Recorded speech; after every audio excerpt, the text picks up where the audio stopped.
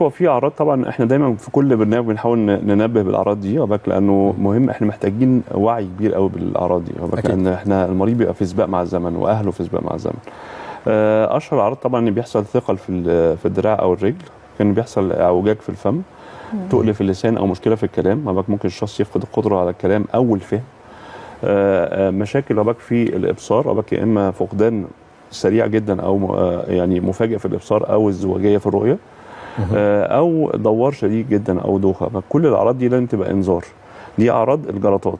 اعراض النزيف نفس الاعراض دي، بس ممكن يكون مصاحب معاها صداع شديد جدا، بس عشان الناس بس ما تفزعش، بيبقى صداع غير مسبوق، صداع اقوى صداع المريض بيوصف ده اقوى صداع حصل لي في حياتي. مش حاجه كده تعدي عليك، عشان طبعا الصداع ده بيحصل ل 95% من الناس، فكل الناس كده هتهرع ويجي لها قلق. لكن في النهايه مجرد ما المريض يحس باي عرض من الاعراض دول، هيعمل ايه؟ ما يعملش اي حاجه، ان هو يتوجه بسرعه جدا لمستشفى كبير ومجهز. طيب دكتور احمد، اتفضل. مفيش اجراءات ممكن تعمل في البيت، صعب، غلط جدا المريض ياخد دواء من نفسه.